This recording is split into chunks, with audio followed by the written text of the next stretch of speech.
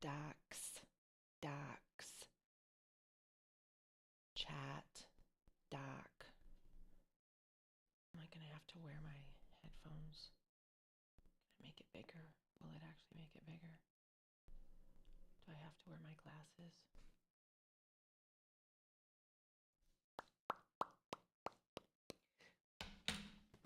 Let's see here.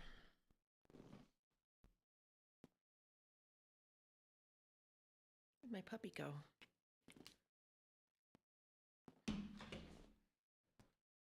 Out, doggies. Stay.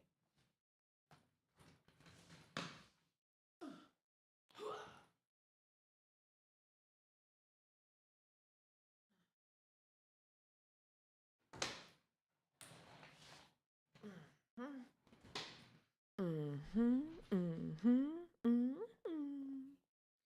Ooh, ooh, ooh, ooh. Okay.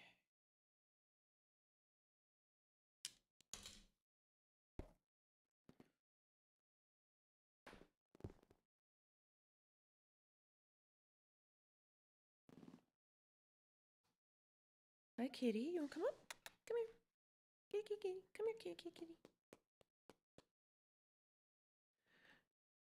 So non-compliant. Come here, kitty. Oh, that's a good girl.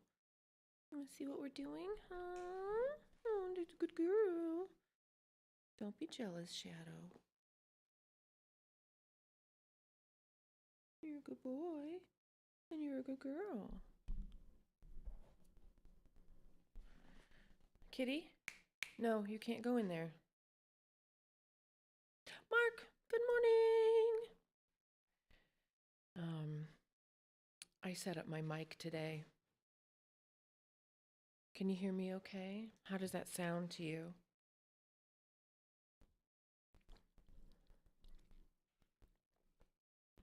My coffee today has chocolate protein shake in it, so it looks like poop in a glass. Kind of gross. How are you doing?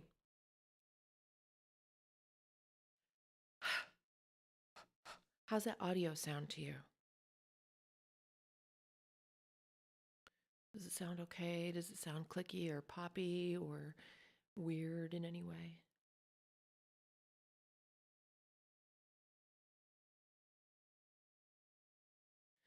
I guess.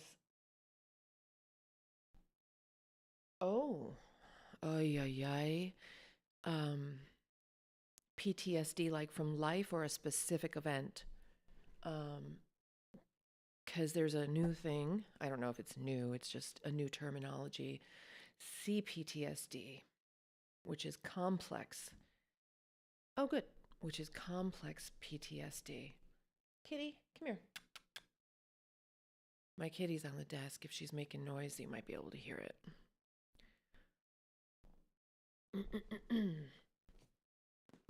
It's going to take a few minutes.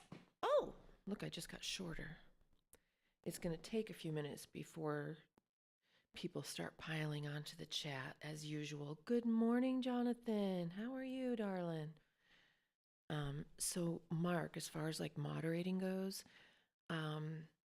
people will come on and the stream will just fill up with people and the chat will go crazy for a while. Just let that go. It'll die out after a while. After about maybe like 10 minutes, it dies out. But all those crazy chats coming in, it really helps the algorithm. So we'll just let those people chat. It'll calm down after a few minutes, and then I'll be able to chat with you guys more. You know, I'll be able to see your chats because everybody's will come in and start, maybe, hopefully, that's what we want, really. So she was addicted when she was younger. Oh, okay. I actually have something that I've been doing because me too. Me too. I literally have PTSD from life. And I'm glad it does. This is actually, I used to be a professional vocalist, and this was my stage microphone. It's a Shure Beta 58. It's the, like, OG microphone, a stage mic. So my younger son was using it for gaming, you know, and so I got him his own gaming headset. Again, those things are crap. They break really easily, but oh, yeah, you're right. That's exactly right. When it's up and down like that, they see it like they're holding their phones vertically, and come on. Yeah, sure, mics are incredible. I know what you're saying. I read and spell check. No worries there. But thank you. Thank you. Um, I can hear myself. It's a little distracting. So, although that's actually, I should probably get used to it because I do need to monitor that. I wonder if I can just go to the other. I need to pull you guys up in chat so I don't have to wear my stupid glasses. Hold on. I'm going to pull this up here. Go here. Kitty, what are you doing, Kitty? Okay, let me see for a second. I'm getting a little confused and discombobulated. What am I looking for? I need to go to my channel and make the chat really huge on my screen.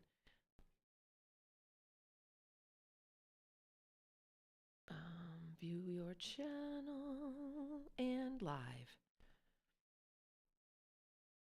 Isabella's here. Hi, honey.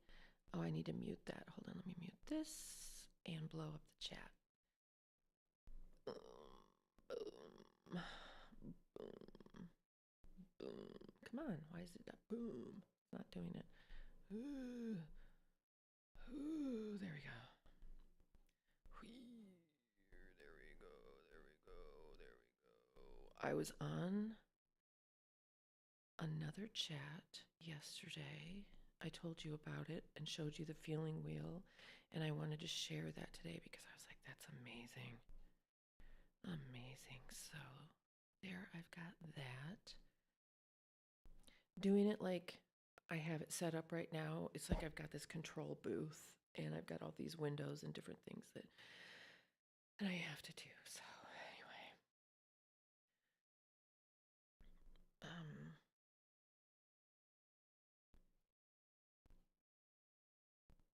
anyway, 1 second. Sorry, guys. I'm just getting used to this. Okay.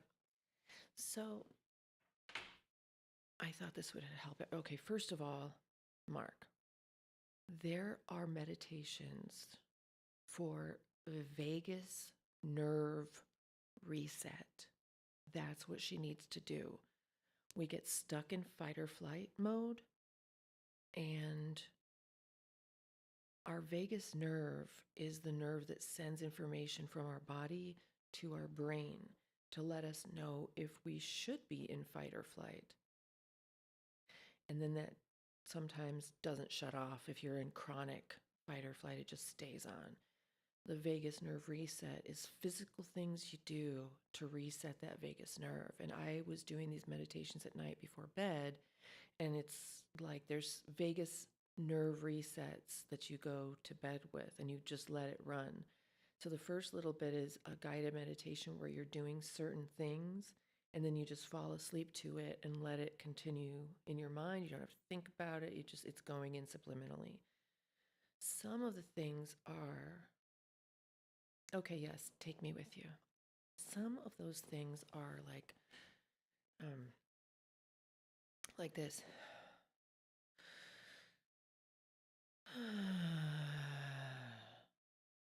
That's one of them.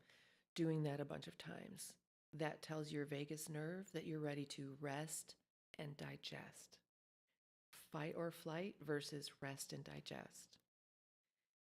And you do that a bunch of times. You take a 4-count breath in, 1, 2, 3, 4, hold 1, 2, breathe out 1, 2, 3, 4, 5, 6, hold 1, 2, breathe in 1, 2, 3, 4, hold 1, 2. So, sorry, I should have cleared I did try to clear my sinuses today. I was pretty puffy this morning, so it's kind of gross. Sorry.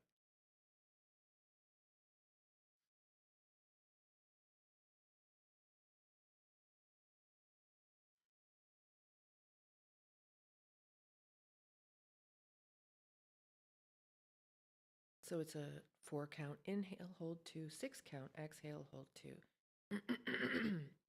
That also tells your brains you're fine. The other thing, and this is so funny because I do this naturally. I close my eyes and make my eyes go back and forth.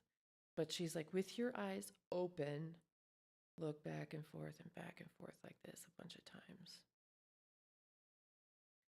That somehow also does something to reset your vagus nerve or vagal nerve. I don't know. Vagus, Vegas. And I did that for most nights for about a week. And I do feel much calmer. Now, yesterday, obviously, I didn't have, that wasn't a meltdown. That was just a overwhelmed, I don't know what that was. And then I remembered this morning, that's not the first time I've cried on my videos on this channel. The other one was a short where I was afraid I was getting dementia. I'm like, I cannot fucking figure out how to use my can opener that I've had for a decade or more. An electric can opener. It's not broken. People are like, just get a new can opener. That's not the point. So that was weird because I did this short. I was like in panic mode, right? But anyway, so I did this vagus nerve meditation and it did help me to feel much better and calm down. And then yesterday, after I, cried for an hour or more, the whole day I felt pretty much drained, exhausted, which is good because your emotions are hormones. They can shoot you up with a certain hormone and change your emotions immediately. That's just how it's brain chemistry. And when you get when you cry, you're detoxing emotions, you're detoxing stuck hormones. And it's very hard for me to cry. Like I said yesterday, I spit instead of cry. And I look mad instead of upset or sad, angry. Like, that's why I wanted to talk about this feeling wheel. Because not only did I learn yesterday that I express most of my emotions, most of the negative emotions appear as though I'm angry. And I didn't realize that until yesterday, I don't think. And when you're on the spectrum, I don't know about ADHD, but autistic people tend to have a very hard time like figuring out what emotion they're feeling. And so I wanted to share this feeling wheel with you. I think this is brilliant, and I don't know why I haven't heard about it until now. Now, I have heard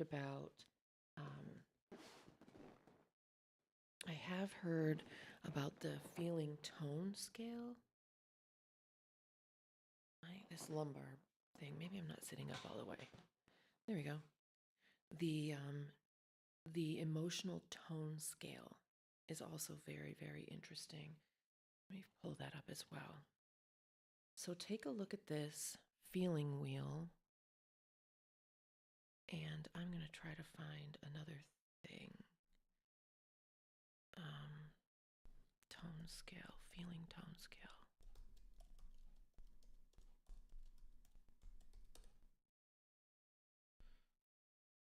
So I'll show it to you in just a minute. The tone scale, a vital tool for any aspect of life involving one's fellows, in a scale which shows the successive emotional tones a person can experience. By tone is meant the momentary or continuing emotional state of a person. Let's see if I can show you. Here's a good one. This one here. Let's open that up and see if we can. One second, I'm just trying to find a good picture of it. No.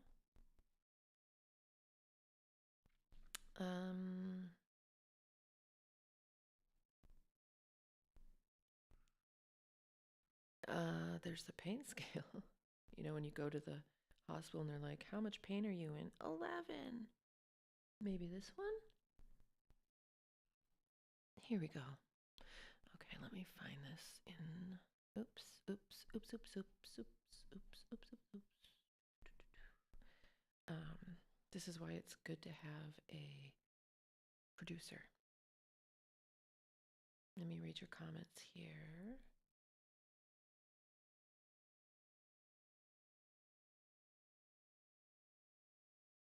Yes, fight or flight versus rest and digest. The vagus nerve reset meditations. Try that for her and for yourself. I mean, everybody. Because, like, we get stuck in reptile mode where, like, we're just always ready to run. Okay.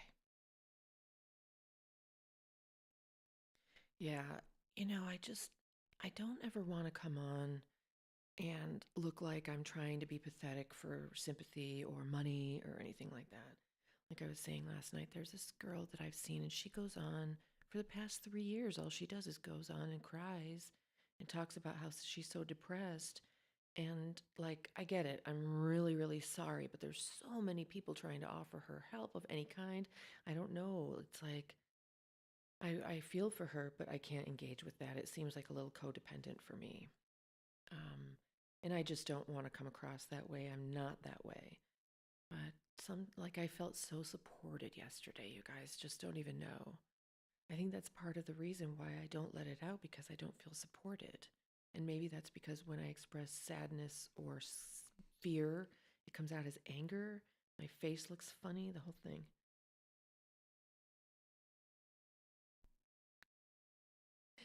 You remember that when Joey and Corey had to show you how to use it again. Um, OBS. I'm using OBS, and yeah, Corey hooked up my microphone for me. I have the best kids, you guys. I know everybody loves their kids, but I actually have the best kids in the world. Sad, mad, we're neighbors. Yeah, isn't that interesting?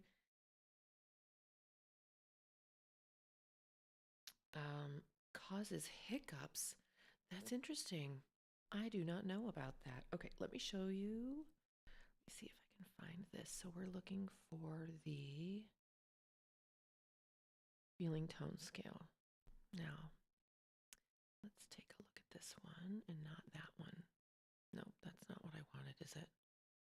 So let's put you back there and let me find it again. That's interesting. That's a really interesting perspective, that you don't cry because you feel safe, always feel like impending doom is coming. That's a vagus nerve issue. Me too. And it's like that reptile brain. Emotional tone scale. Maybe this is it. Did I do it? I did it. I did it. I did it. Oh, I did it. See if I can get you to open that up for you a little bit better. Doot, doot. Okay. So here you can see, not the whole thing. I'm going to go over here so you can see it better. I mean, Mark, you are so perceptive. This is helping both of us and all of us, because I would never think to draw that. I mean, maybe not never, but I wouldn't draw that conclusion that you did. It's like, maybe that's why I don't cry. Yeah.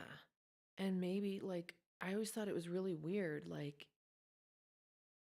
when there's another person around, I immediately stop crying. You don't know I've just been crying. You just don't know. Okay.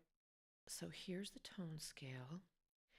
And did I just screw it up? What happened? Hold on. Okay, that's good. So you can see that. Okay, hold on. Jeez, Lord. I'm really trying here, people. Why can't I scroll this? I hope you don't think it's rude when I call you people. So sorry.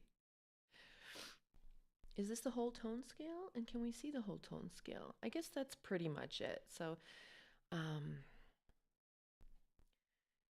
the lowest tone you can be is real failure. And you go up the scale, up the scale. Do you see where it says -20? Can you guys see that, where it says boredom? And then you go up. Are you able to read this? Let me see. Oh, God. Yeah, this isn't very clear, is it? So you go up and up and up this tone scale. Let me see. Flip a nut. Sorry, guys.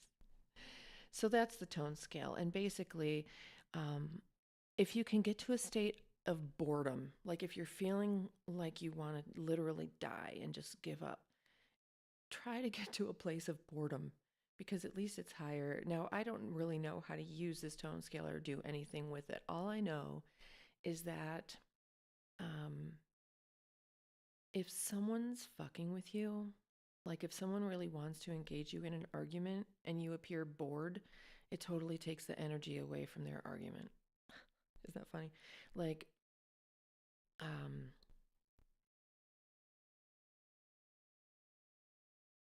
okay, let me move it over a little bit and see what we can do. There we go. But it's not that clear. The words aren't that clear, but see down here at the bottom, maybe I can move. There we go. Way, way down here, you've got like death and destruction. Then above that is like boredom. And then above that and above that and above that, it's all these different kinds of feelings. Um, if you want to investigate this, obviously open it up on your computer and check it out where you can read all these things. But if you can just get to the tone right above where you currently are, I think that's going to be more successful and easier than like, I need to get from here to there. And you used to cry a lot and now nothing. Yeah, I mean, eventually we just kind of burn out, I think. Um,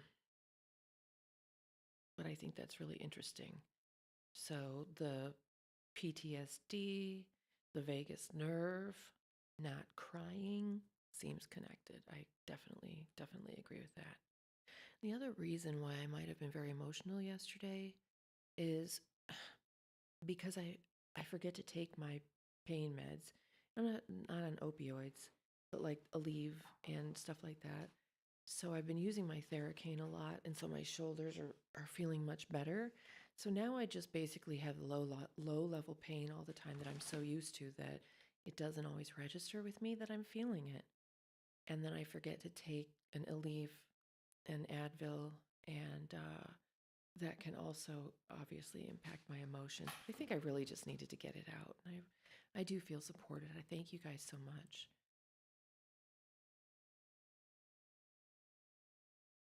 Yeah. Yeah, that if you can stay calm in the heat of an argument, it helps diffuse it, you know? Now, I do know that I tend to I'm very, very patient. Maybe I'm just going to call it that because someone has said that about me before. Very patient, and then I snap. It's like, okay, now I've had enough. Um, Exactly, Jonathan. Exactly. Exactly. You choose not to. Yeah.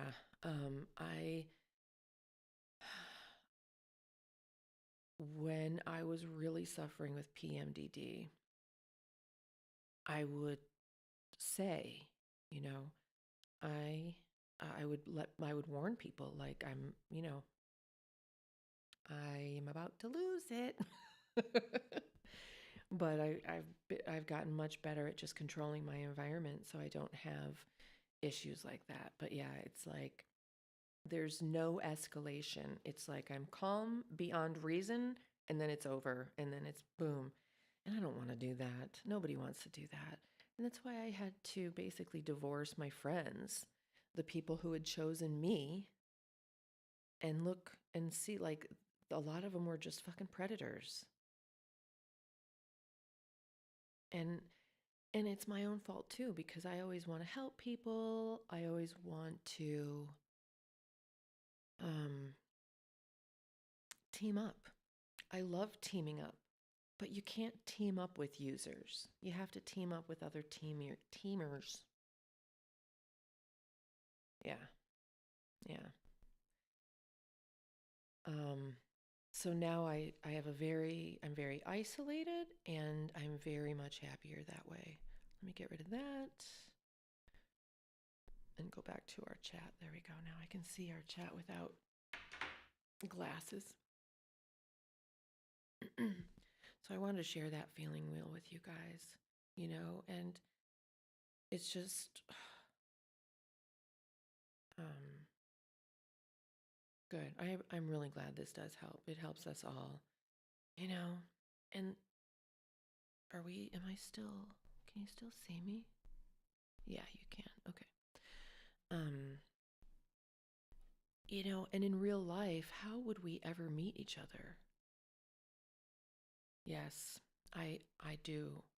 That's why I was such a great photographer. And that's like one of the things in life I knew I was really good at. I could see I was good at it. A lot of the time artists are like, well, it's okay, it's not that great. But I could tell I was a really good photographer. And people told me that, for example, well, people always told me that my pictures were the best, their favorites. And one of my friends was a black guy who was actually albino. And I did a photo shoot of him, and he's like, oh my God, you made me look African. Like you made me look black. And he really liked that.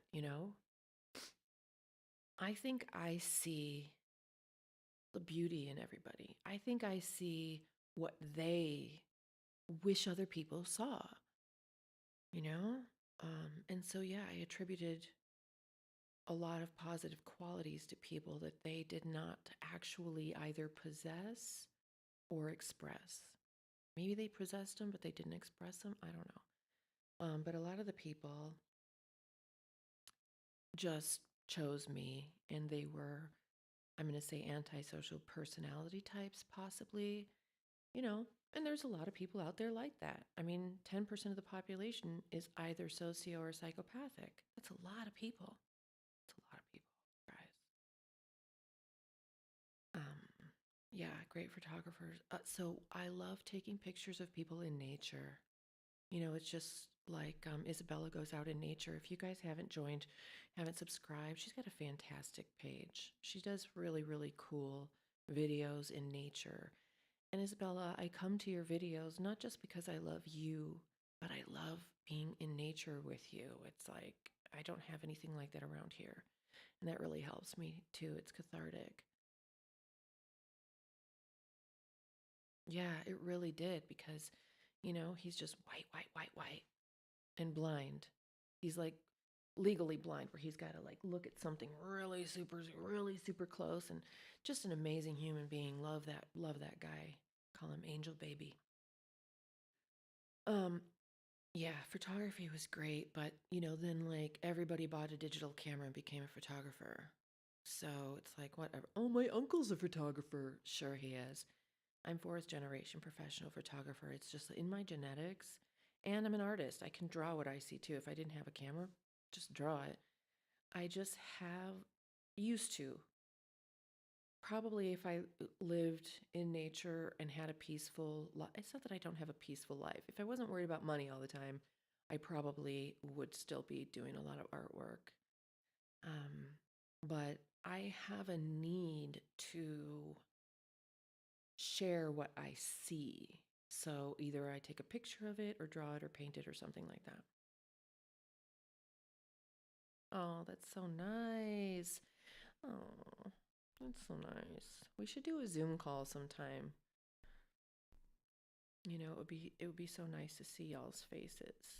Isabella, I know what she looks like because I see her videos, but she's got a really great page. Go over there, and she's just starting to do live streams. So I know it's always really, really nice to have good people on your live. What I do, I love the tone scale and the feeling wheel. I actually learned about the tone scale. I don't know if you guys remember, I told you about how I lived across the street from the Church of Scientology. And Gigi was like, you can look, but do not touch. Well, that's where I learned about the tone scale. And the way they described it was really good. I can't really describe it like that, but they explain how not only to deal with people who are lower on the tone scale than you, but also how to increase your own tone. And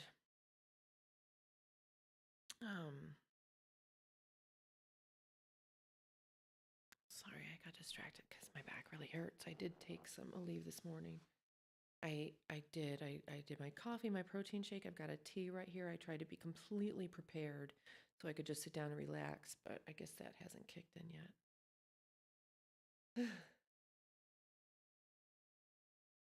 But the Church of Scientology, although they are weirdos, I'm sorry, did I say that out loud? Sorry.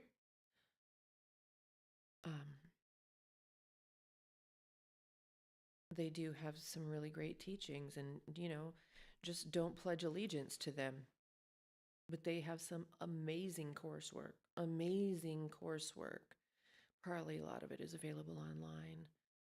There's people, the Scientologist people themselves, they have these huge libraries of Scientology books. It's incredible. But anyway, they do have some really good coursework. Just don't pledge allegiance to them. You can do it privately by yourself.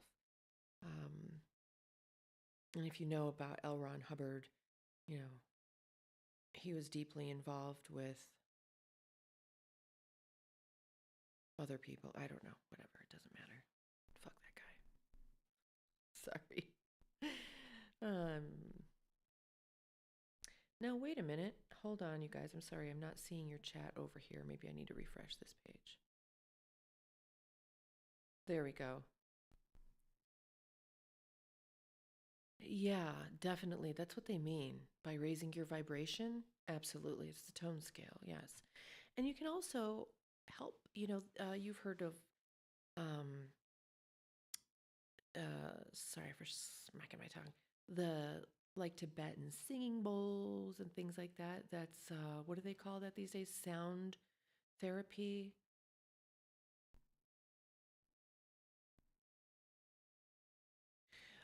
I don't know. I know that Ron Hubbard wrote the Dianetics book. I have not read it and I don't know about it.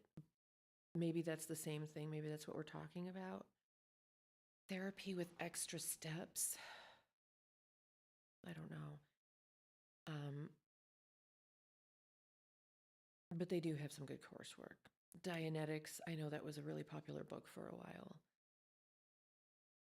But I think probably the easiest way I've found to raise my tone, right, or raise my vibe was the vagus nerve meditations. Just find someone that you like. I'll find the lady that I really like.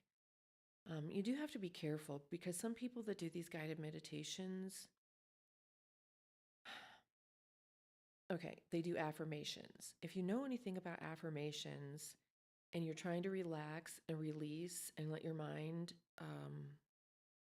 just quiet, and you don't want to say things like, now the lady will do this. The lady I like it seems like she'll do this, but she's doing something different. So just say, relax. That's great. And breathe. And don't think about your bills.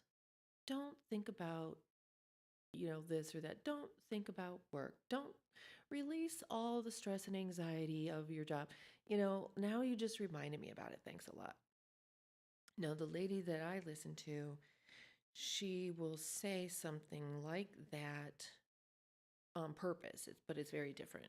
So you need to know, like, even Deepak Chopra, I've heard him do affirmations. I'm like, that's not an affirmation, I am no longer a miserable fuck.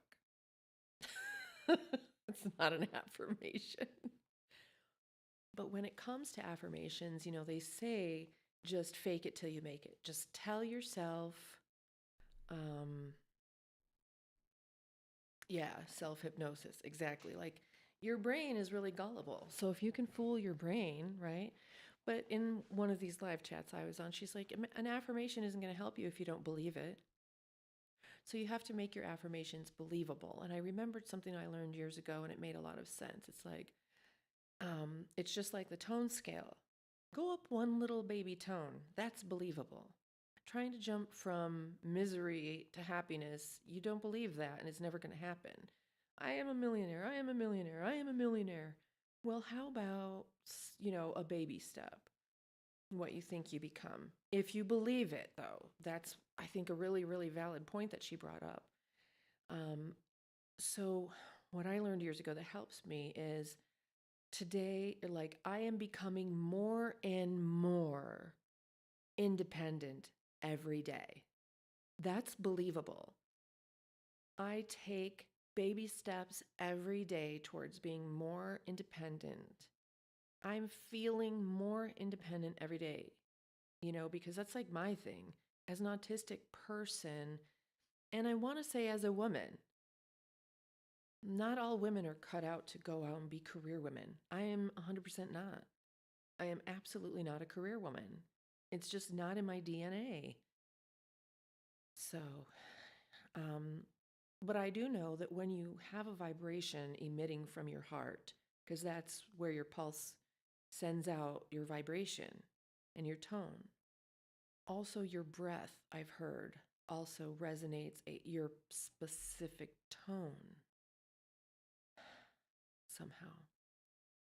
But your heartbeat sends out the pulse of your tone. It's like your heartbeat is your FM dial. It tunes you into a particular radio station, right? Anyone else tuned into that radio station, y'all are going to be hearing the same song. Y'all are going to be singing the same song at the same time. And I think that's really important too, to attracting the right people, is being very purposeful and conscious about your radio dial, dialing it up. I dial my tone up a little bit more every day, a little bit more every day. And reminding yourself and taking those actions to increase your tone every day, raise your vibe every day. So I think that really helped me. Not that I've been doing it. I think I need to grab some ice for my back. But I'm feeling more and more tranquil every day. You know, that I think those are really good affirmations because we can make them very, very much in reach and attainable every day. Like, what could I do today? And, so I decided, like, Cowboy did send me that link, as I was saying. It's like when someone refers, first of all, they do want more experience than I have. And I can't just call them up and be like, well, Cowboy sent me. Cowboy said. Um, when someone refers you, you definitely want to make them proud, right? Yeah, definitely try that. Like you go to the gym, whatever your goal is in the gym, maybe if you've been struggling with any particular thing, every day I am more and more this. I'm feeling more and more that. I grow more and more this a little bit every day, you know. The other thing, as far as if you want to see results in the gym, make sure you're not eating inflammatory food because then if you really, really lean out, you're going to be able to see the cuts in your abs and the cuts in your arms. Like, I don't know anything about your body and your diet. You might already know all of this, but cut out the inflammatory foods and it's going to be like, whoa, you're going to be able to see that stuff in a matter of like a week. Because sometimes, when you go to the gym and you're bulking up, it's hidden under a layer of bloat and it's really easy to get rid of that. But, I know that before, like I used to go to the gym and work out and the whole thing. I was always like, man, I can never see my abs. And then when I went gluten free and dairy free and sugar free and everything, I'm like, whoa, I've got a 6-pack. Yeah, yeah. And staying hydrated. Oh my gosh. I think probably one of the most prevalent and secret physical and mental health issues is dehydration. People drink so much water that they wash away their electrolytes and vitamins and minerals.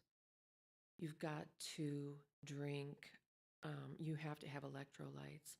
So, as a matter of fact, I have a whole digital course on this, Mark, and it's in my book on Amazon for $2.99 called The Southern California Secret Diet Club. It's $2.99. You can download it on your Kindle app right now today. It's very it's a guidebook. It tells you, like, okay, you want to eat spaghetti? Eat this spaghetti. These days they have amazing brown rice spaghetti at Trader Joe's, at all of the different, even Walmart. Now, the corn flour spaghetti or pastas of any kind are horrible. There's actually a product that I love called Jovi, and I think I mentioned that in the book. Now, the book is only like 70 pages. It's been edited like 5 times, edited probably, or I've added more information, so new additions, like maybe 4 times. And so there are some things that repeat, and people have said that, well, it's kind of repetitive. Well, that's how you learn, whatever. For me and executive function, to go through and like completely edit a book while I'm adding more information and make sure that it's just too much for me. So I just slapped it in there. So it's a labor of love. It's very imperfect, self-published, but it's there for you right now. At the time, I was using the name Jennifer Jones, and so that's what you will find. That's where you'll find that book. But there's so many easy ways. Even Domino's has a brilliant gluten-free pizza. It is so good. Now, Pizza Hut has a gluten-free pizza. It's not good. But Domino's has an excellent gluten-free crust. And the dairy is very inflammatory too, but just eat some chocolate or take some lactase, the digestive enzyme. Gluten-free. Oh, absolutely, honey. And I'll make it very easy for you. Get that book, and I can do like a crash course.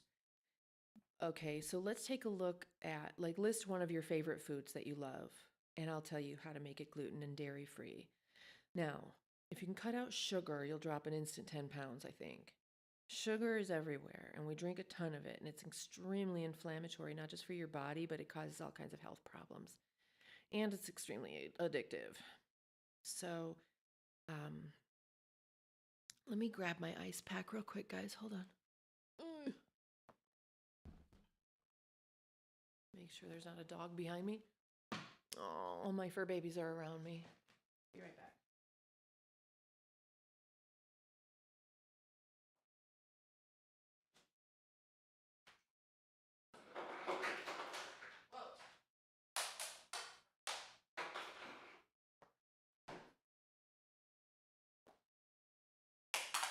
Oh my God.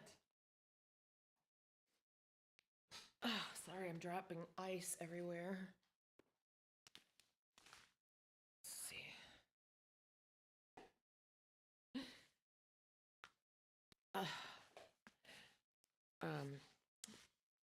I had a roommate a while back, and she ran to the store and got me an ice pack, and she's like, "It's an extra large." What she meant is extra large people. That's what it meant. It didn't mean the pack itself was. Okay, well, meat is gluten-free. Pizza. Do you guys have Domino's there in the UK? In the UK? Okay, so I'll tell you what my trick is. If I really can't help myself. So I told you Joey eats pizza 3 times a week, maybe more sometimes, right? It's a very well-balanced meal, if you ask me. And sometimes I just can't help myself. I love pizza so much. Oh, I love pizza. You know how I showed you my calm powder, that calcium magnesium powder? Well, that if you take a little bit too much, if you take just a little bit too much of that, it will clear out your system. Let's just put it that way. It's not a it is a diuretic, but it's also a like laxative. If you take a little bit too much of that, or even castor oil. So, if I can't help myself and I eat some pizza, I just kind of take a little bit too much magnesium and it flushes it out the next day. Okay, so that will help get rid of bloat, but you don't want to make that a constant because it'll mess you up. Meat, yeah, just eat your meat then. Don't worry about it. But you have to be careful, like, of seasonings. If you use salt and pepper and garlic and onion and stuff like that in your meals, that's fine. But when you start getting into like the mixed seasonings, you have to look and see. Nowadays, everything is pretty much labeled contains gluten, right? Avoid those. Um, Chocolate, the cocoa enzyme digests dairy. So if I'm going to have a gluten-free pizza, of course it's going to have cheese on it. The best cheese is their white pizza. Oh, it's so good. It's spinach and feta, and it's like all these different yummy cheese. So good. I'll eat chocolate. Like this is my protein shake, and it's got it's chocolate, and so I would have probably this because the cocoa enzyme digests the lactose, and it's gluten free, so I'm good to go.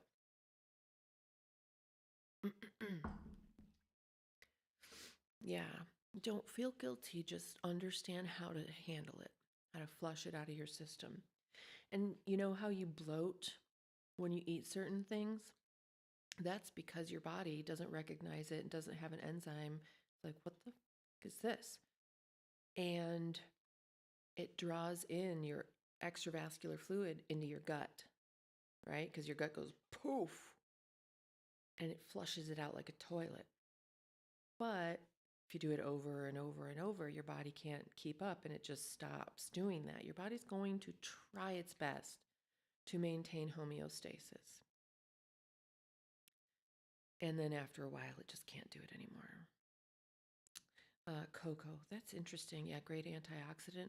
I recently saw an ad. You know how they've got like mushroom coffee and stuff now? Well, now they have literal just roasted cocoa beans.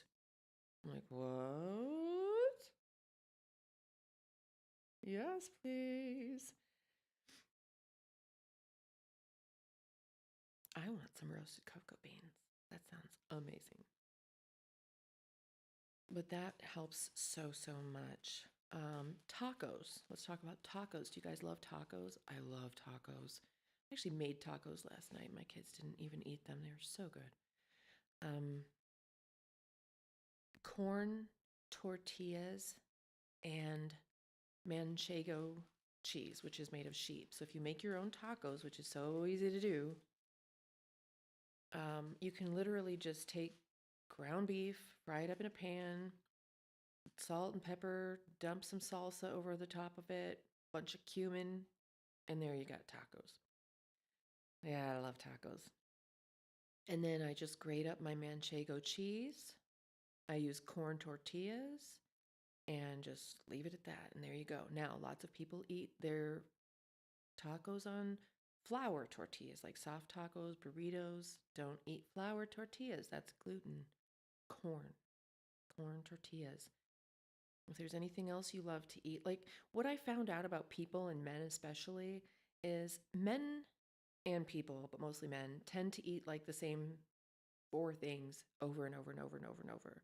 So if you've got those same four core things and you want to learn how to make them gluten free, just tell me and I'll tell you how to make them gluten free and dairy free and sugar free.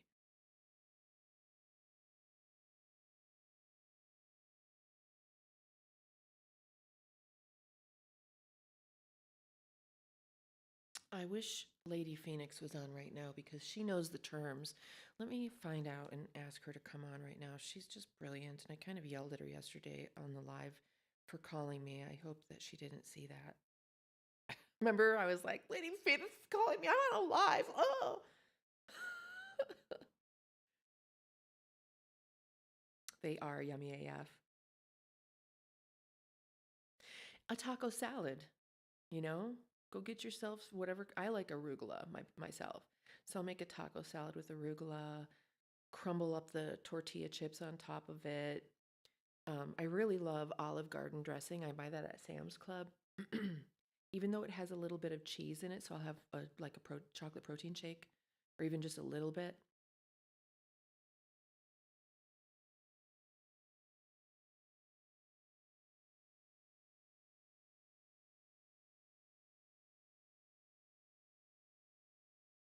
Let me ask her if she can come on. She worked yesterday, and that poor girl, she said she was just about to walk out. She already got triggered, so she might just be isolating a little bit today.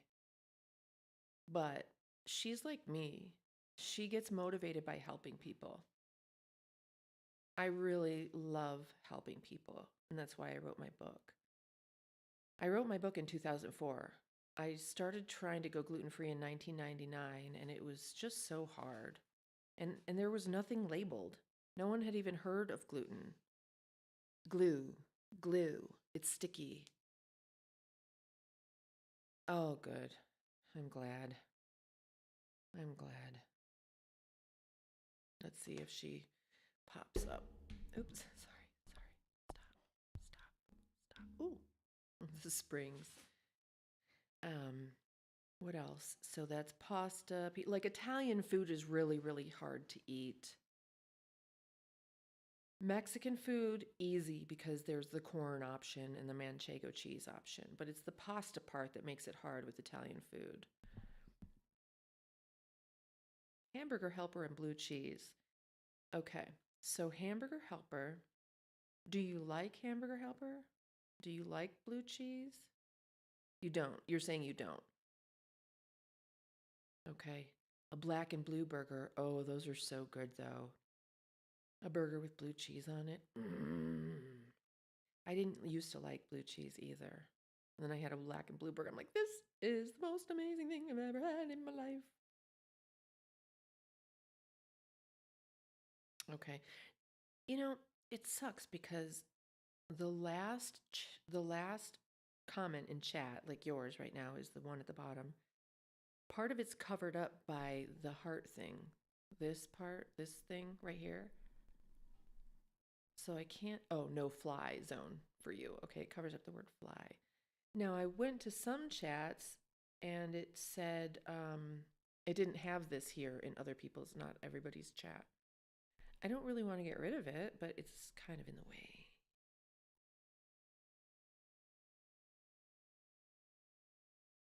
Ooh, you didn't like it, huh? That's too bad. Yeah, steak is amazing. We do steak on like, I'll get my kids, good fillets or T-bones, or whatever. I don't really know that much about steak other than filet mignon. I think it's the T-bone that's the next down from a filet. Not sure.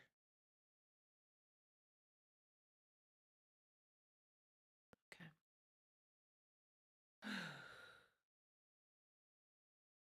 Why does my back hurt? What the fuck? It's been not really hurting that bad, and that's why I have been forgetting to take my stuff. But now that I'm sitting here, I'm like, ow. Um, I'm gonna see if I can pull. I just want to show you guys just while I'm thinking of it. I'm gonna try to show. I'll pull it up on my phone if I can find it. I'm actually gonna show you my back. Let's see. Albums. Let's see.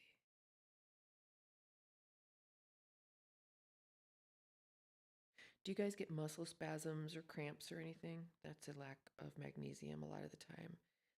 You gotta have electrolytes. You gotta have electrolytes.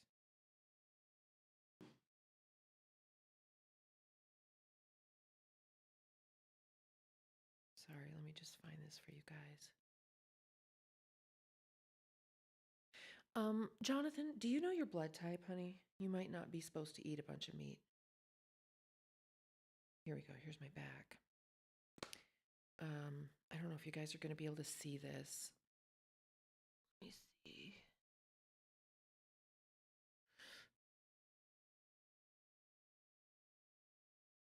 Do you see? Can you see?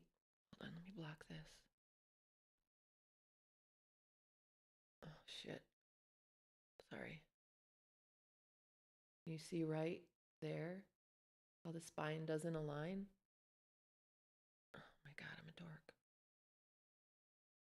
Oh, there we go. See that? See how my spinal column is 75% off of my sacrum? That's painful. Um, but you know what? Uh, as long as I work out or walk. I haven't been walking in a few weeks 'cause it's so flippin' hot outside.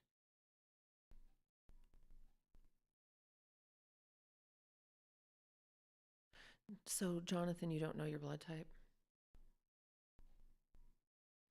Because this is the reason, right? So, first original man, and I get this from the Eat Right for Your Type book, Eat Right for Your Blood Type. And it makes so much sense. Yeah, it's very uncomfortable. But as long as I walk and keep my core strong and don't lift anything heavy or do anything stupid, which I do all the time, especially when I'm feeling good.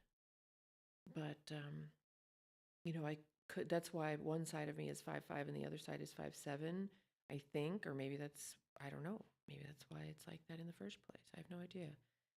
But I could get the surgery and they may just fuse it in place where it is. They may try to reduce the slippage. But it depends how the nerves react. Sometimes when the nerves have been stretched out like that, when you try to put them back in place, they don't go back and they just spasm and they don't know what to do. But I don't know. But the first original humans in Africa were type O blood. Then as we started migrating around up north and into Asia, they began they became agrigarians. And out of the O blood type was developed type A for agrigarian, I believe. And then we kept moving around, and then eventually another blood type popped up, B, and then AB. People, now I haven't read the book in a very, very long time. I could have that backwards, but I don't think so. People with type A blood usually are naturally vegetarian. They just don't really like eating a lot of meat. And a lot of the times, these are the same people who are very lean. They are like endurance athletes, runners, cyclists. Those are most of the time, and not most of the time, a lot of the times, the endurance athletes that are just naturally don't like meat, their blood type is type A. And what happens if you're a blood type A? First of all, your body is much less acidic than a type O. Type O, we have acidic bodies to digest and break down the meat. Type A is not very acidic.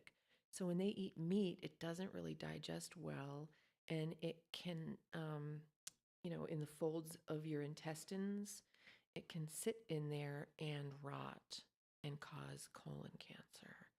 Type A people who eat meat are at higher risk for colon cancer, so I've read. I'm not a specialist. This is just what I've read, obviously. Ugh. Yes. Yeah. Oh my gosh. Exactly. I did too. And it takes a lot longer to recover than they say. And I didn't go. Did you do physical therapy? Um, there's I can't move my leg in certain ways. Like when I think I'm picking it up to step over a dog or something, I'll just end up kicking him because I'm not picking it up. AB positive. Look into it. Look into it. If you naturally just don't really feel meat, don't eat it. And if you do, make sure it's small quantities, very high quality. And I don't know. I mean, maybe like drink some orange juice with it to raise your acidity. Okay, let's see. She's sending me long text messages. Let's see what she's saying. Poor baby. She's probably not feeling well.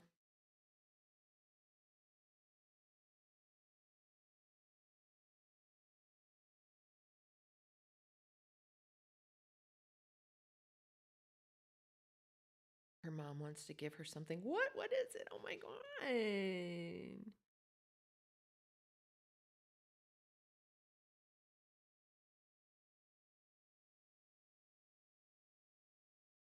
Okay.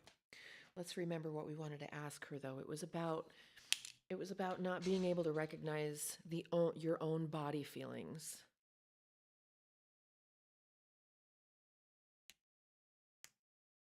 There we go. Yeah, digesting meat takes an incredible amount of like acid. The other thing is protease. Protease. That's the enzyme that digests proteins, including gluten. Gluten is a protein. Now you can eat sourdough bread. If it's real sourdough bread, you can eat that because the fermentation process breaks down the gluten. So it's essentially gluten-free by the time you eat it if it's real sourdough.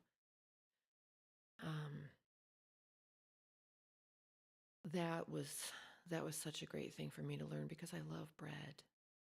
And when I tell people this, they're like, "Oh my God, sourdough's my favorite." It's your body's favorite. Oh, my child will only drink chocolate milk. I know, it's because they're lactose intolerant and the cocoa enzymes break down the lactose. Their body knows. Your body knows.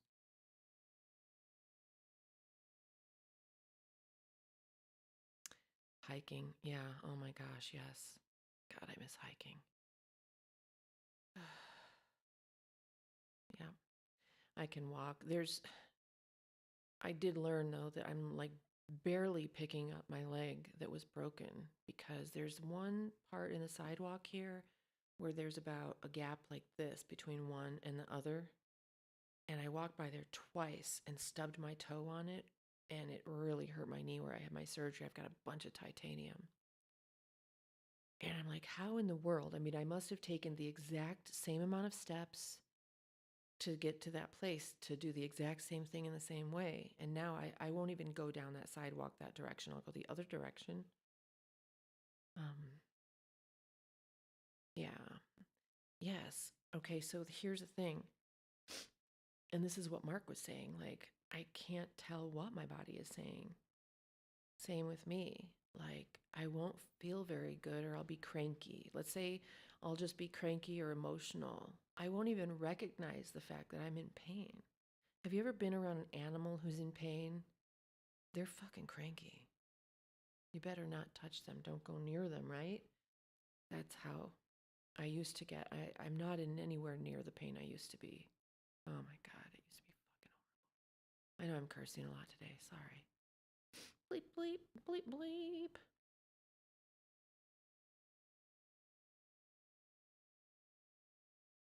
Oh, I know. That's how I feel. You can hike here, but you're going to be totally exposed and there's no trees around. And it's like, I'd have to go up to Tahoe, and something about that makes me feel really uneasy. Just going up there and going for a hike in the mountains, something makes me feel uneasy about that. Just park my car and head out on a trail.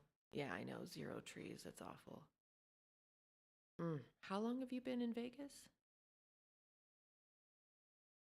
Yeah, it's hard. Gotta have trees. That's why I love Isabella's content. She doesn't have like really big trees where she is, but she lays in tall grass and it's just sweet. She's got like a little forest of short trees. They're really interesting looking trees. I call them moody trees. And then I saw a an interview with an Indian, a Native American, a Native Indian here. California is giving them back a bunch of their land or selling it back to them, I think. California is selling Indians back their own land. Anyway, so this guy was saying how they knew how to like prune the oak trees to keep them really short and wide, and told why they do that. And they all looked like the moody trees. So I was wondering if where she lives if the natives there, if they used to do the same thing and cut those trees to make them grow that way. But I don't know where she lives, so I can't look it up and do research because, I'm a research nerd. Yeah, I know. I need to be close to nature. And I mean, that is the antidote for what's wrong with society today, is nature. Where our society is increasingly into video games and drugs. Go out in nature, ground yourself to the earth. That raises your vibration in an instant. If you guys haven't seen this movie, watch this movie. It's called The Earthing. No, The Grounding. The Grounding. I think it's called The Earthing movie. It's on, or The Grounding. I think it's called The Earthing movie. Yeah, I know it is. It's called The Earthing movie. Excuse me. And it goes into the science. When we connect with nature physically, like skin on earth or hug a tree, it instantly lights us up like a light bulb with the energy of the earth, and it does stuff to us as far as like neurons and stuff like that. So there are now peer-reviewed studies, MRIs, that show inflammation being reduced instantly and continuously. The more you do it, the air conditioning just came on. I did close the vent above me, but it's still freezing.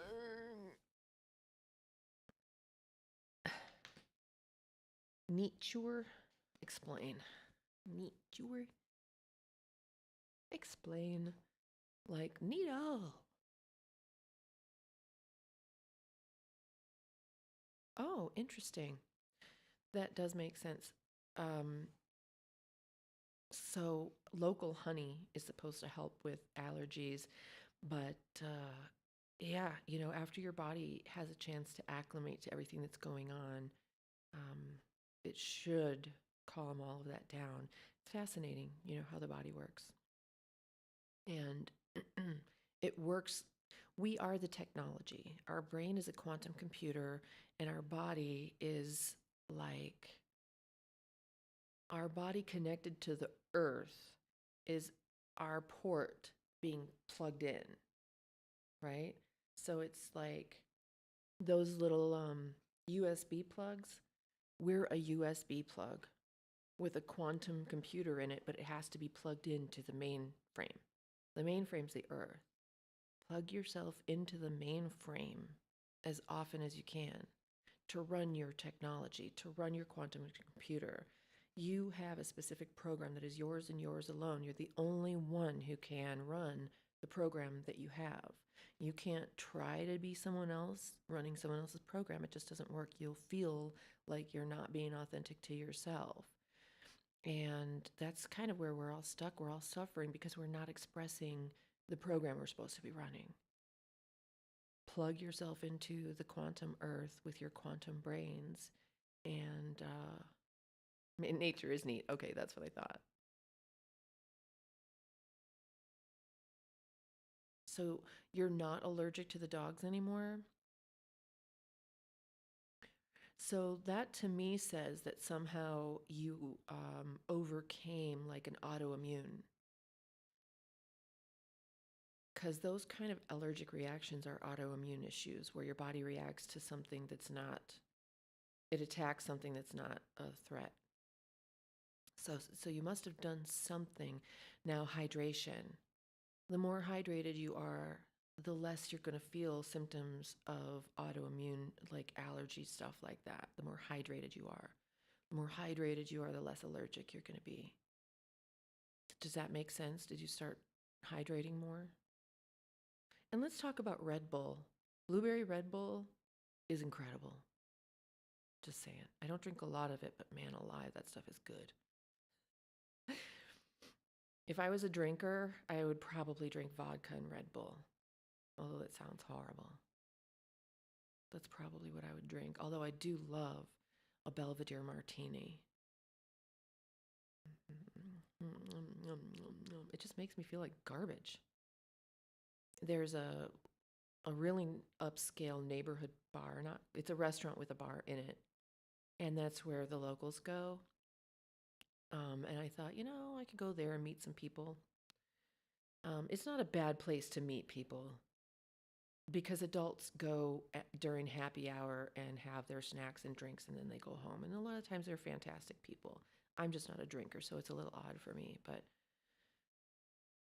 vodbulls. Oh, is that what it's called? Vodbull. Sounds Ruskies. Yeah, vodbull. I love it.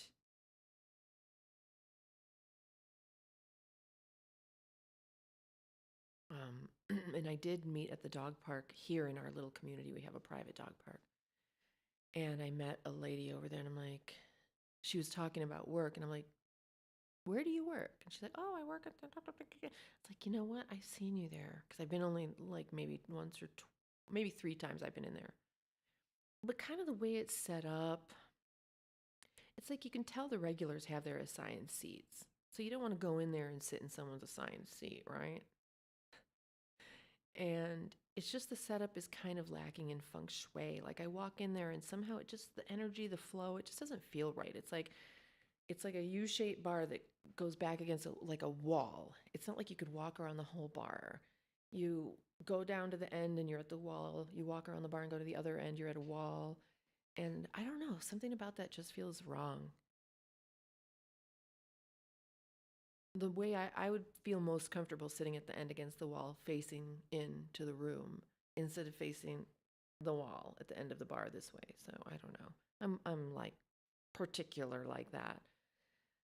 When I go into a place, it's like I have to sense where's the best seat for me. And maybe a lot of people are like this. You're probably like this too. We want to sit like with our back against the wall and able to see the whole entire room. I don't want to sit in the middle of a noisy place. That doesn't work for me. I was watching a video last night on another live stream. He was showing an autistic guy live stream, and he was showing a video of it wasn't real. It was like a made up video produced thing where a mom takes her autistic son for his birthday to a kind of nice restaurant that they like, and they called ahead to see if they could special order something and if they could get a certain booth, and they're like, yes, of course. She gets there. There's a patron at a table nearby that's mad because the little boy is banging a spoon on the table. I mean, that is annoying. You shouldn't let your kids do that in public. I don't care if they're autistic or not. Honestly, get him a rubber spoon. Baby spoons are covered in rubber. Get him a rubber spoon. But the point of it was, yeah, back to entrance. That's feng shui. It's not good for anybody. The point of it was that the manager tried to be like, well, I'm happy to move you. And they're like, no, we don't want to move them, kick them out or whatever. So eventually the manager got them to move to a different table. And the kid was still banging his spoon on the table and annoying people. And the mom was trying to stay nice and calm and, not trigger the kid, not upset him, and not trigger the manager. And then the waiter came over and she's like, yes, he likes your um, chicken tenders on bread with like on a hamburger bun with mayonnaise or something like that. He's like, we don't do special orders. She's like, oh, well, we've had that here before. And I called ahead and made sure that they could make that. And he's like, we don't do that. And and she's like, but we ordered it before. She's like, are you calling me a liar?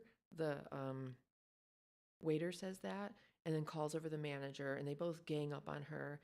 And they're like, well, you need to order now and just hurry up and get out. She's like, well, I'm waiting for my husband. He's on his way right now. Um, so they're getting ready just to leave and forget it. And the husband has actually walked in the front door, and the wife isn't aware. She doesn't see him, but the manager does. Like, Mr. Blah, blah, blah. Turns out he owns the restaurant. So when the wife walks up in tears with her son, he's like, what's going on? What happened? Well, and she told him the story, and she's like, and the owner, he's like, you know what? For the past quarter or whatever, I was considering whether or not to replace management, and now you've made my decision very easy. You're fired. Get out before my next sentence. Get out now. You know. And I was like, okay, yeah, I get it. But it's an upscale restaurant and your kid is banging a spoon on the table. And someone was like, she could put a cork mat on the table so it doesn't make any noise. When my kids were little, like especially when Corey was little, um, he would scream and it sounded like a dog whistle. It was so high and so loud. And I quit taking him to restaurants until he was done doing that. I'm not, I, I don't feel entitled. If you want to take your kid somewhere where he can bang the spoon on the table, take him to McDonald's. You're not entitled because he's autistic. So you're saying to me if he wasn't autistic and he was making noise, then he should be quieted, but because he's autistic, that's what keeps him calm. And so then whatever, she gave an iPad and that was better. And then the couple that was originally pissed off, they're like, oh, well, the iPad's a better babysitter than the mother or something like that. It wasn't, I don't know if it was a very realistic situation or not, but there was a lot to unpack and a lot to think about. So, yeah, good parents are considerate of others. I understand it's his birthday. I understand you own the restaurant. But he's still being really disruptive. Sorry. Put a cork mat on the table. Yeah. Yeah. Nobody wants to hear someone banging a spoon on the table, even at home. Oh, it's the thing that keeps him calm. No, girl. No, girl. How do you know that Mr. Ginkley isn't autistic and triggered by that and he's having a meltdown right now because of your kid? Does that make him more entitled to a quiet environment because he's autistic? It's like, I'm just not that type of person. I don't feel like you need to do special things for me because I'm autistic. I will try to figure it out. Now, Walmart has made autism hours, and I can appreciate that. And I'll go during autism hours if I do. Otherwise, I'll probably just keep my sunglasses on. I can't wear noise canceling headphones because they give me an instant headache. It hurts. Like I can feel it, it emits that like high frequency whatever. I can feel it. I can't do that. I have really nice Sony noise cancelers, like these kind of headphones. I've got the Apple the pros. I can't wear them. It gives me a headache. It makes me feel sick. It makes me feel like, do I have a fever? What's wrong with me? My body hurts. Yeah. Oh, you're back.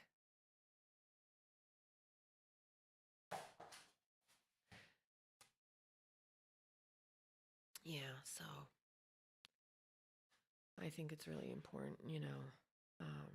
Now, if you have, maybe this is hypocritical, I don't know. If you have a physical disability, if you have a service animal who is actually a well-behaved service animal, not a fake one. And not all service animals are trained to be in public. Some service animals are just at home service animals. Nico, I don't take her out in public. Shadow is really, really good in public. But I don't take him out in public much anymore because when I walk him around here, occasionally he lunges. And I can't have him do that in public.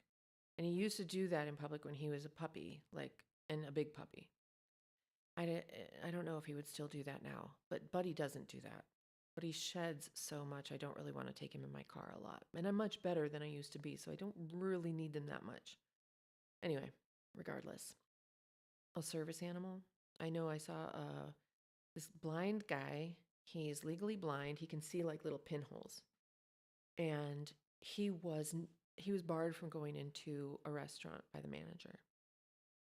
And it was this whole video about how, it made him feel and all that stuff. And I totally understand that. When someone confronts you and then you have to talk about your disability, it's very emotional because don't we just kind of try to forget about it and live our lives?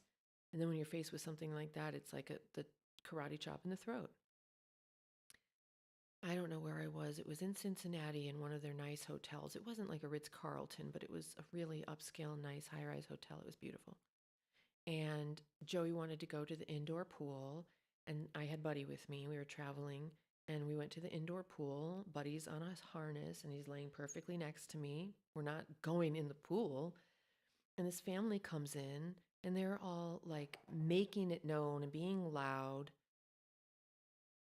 and that they were pissed off that I brought my dog to the pool, that he's not a real service animal, da da da da da. And they called in some lady that works there at the pool or whatever. She's probably just like housekeeping or something, I don't know.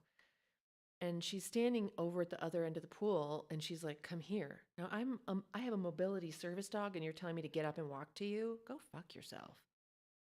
But I did. I didn't want to be mean or rude. So I turned on my phone to record it, and I walked up to her, and she was like, "Well, they're bothered that you have the dog in the pool or at the," and I'm like, "You know what? This is an ADA violation. I'm not the one you need to talk to. You need to talk to them and teach them my rights without imposing on me. I am not bothering them. He's not barking. He's not running around. He's not jumping in the pool. He's a service animal, and they don't think he's a service animal because, number one, I look well, invisible disability, basically. And number two, maybe they only think that service dogs are golden retrievers. I don't know. But there was nothing that lady could do because I'm within my legal bounds. But those people kept making a lot of noise and stuff like that. So eventually, when we left, I called the hotel and talked to somebody in management or whatever, and I told them what happened. And she was extremely apologetic. And I said, "What you need to realize is the aftermath of that is extremely emotional for people like me. We don't, we try just to live our lives and sort of forget about it as much as possible. And then something like that happens. And it's very, very emotional in so many different ways, right?" And we had a long conversation about it. And she's like, "We'll make sure to bring this up in our trainings and blah, blah, blah, blah, blah." All of that stuff, whatever.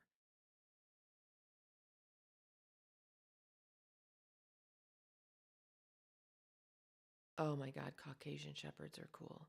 Akitas, yeah, yeah, yeah, yeah.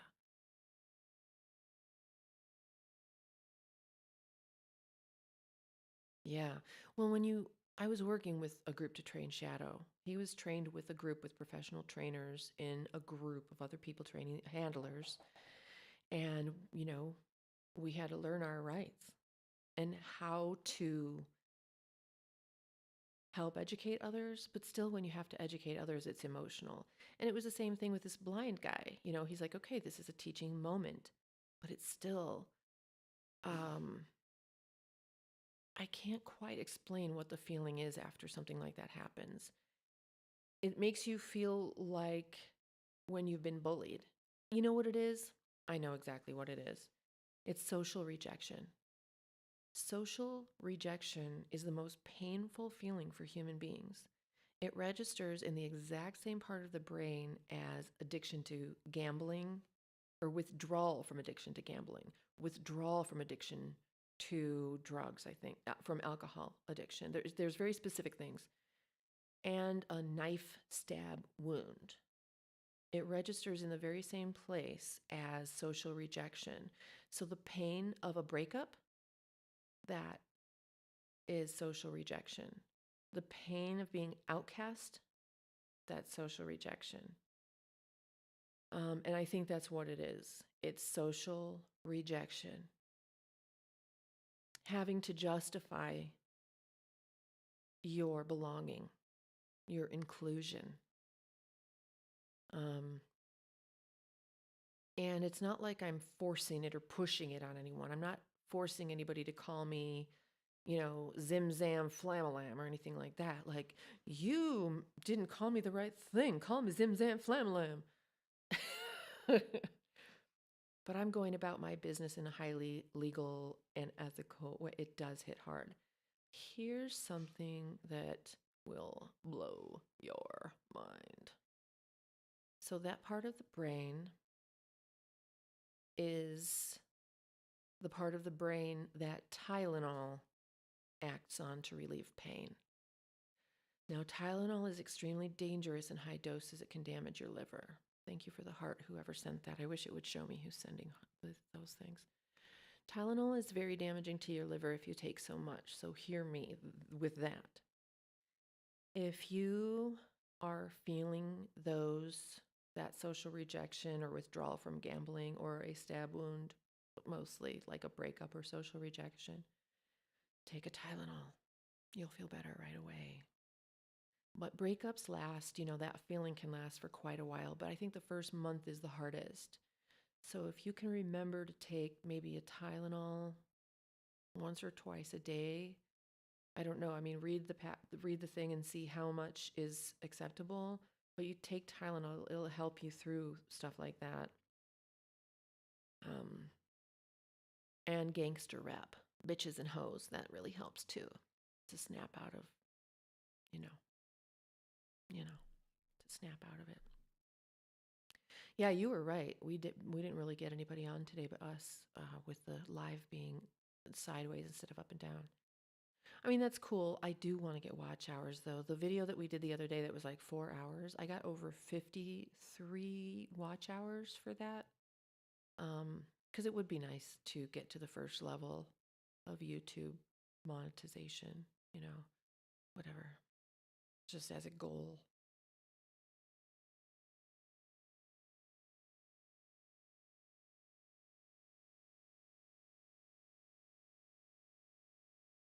Oh my God, yeah, right. And I wonder, see, this is the thing, Jonathan, that I wonder about being an autistic mom. Like, I'm autistic and I'm a mom. It's not like I'm an autism mom to autistic kids, which they have elements, but it's hard to say whether or not, because they are pretty well adjusted, good kids. I don't think they have near the troubles that I do and have had, you know. Uh, but yeah, the ulcer from ibuprofen and end up in the hospital. Yeah. So like I said, you have to be very careful. Is Tylenol ibuprofen or acetaminophen?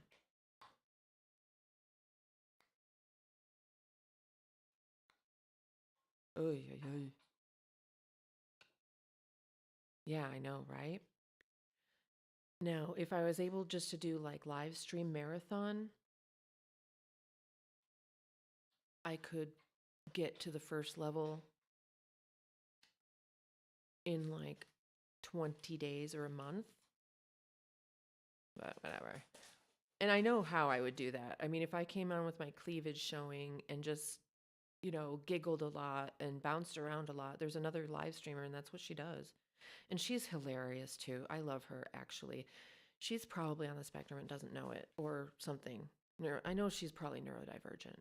Pretty positive. But she has humongous boobs and she does these live streams with like 12 inches of cleavage. She's got huge boobs. And I was watching her live stream last night and she's got so many people on and they're all sending her like these, super chats like $2 and stuff like that. It was funny. But she does the shorts where she shows like signs and logos and things that weren't well thought out, where they look like dicks or something like that. Maybe you've seen her, and she's got a really great voice. She's like, I don't think they were really thinking this through. Um, she also records audiobooks. I don't know. She was in her closet studio last night talking about she's getting ready to record audiobooks, but she has to do it late at night because she's got kids and a husband. So when they're asleep, she comes into the closet and she'll start doing the live streams to kind of wake up, get that like dopamine hit from everybody coming on and engaging with her. And then she records her audiobooks. No idea what kind of audiobooks she does, but I thought that was pretty interesting.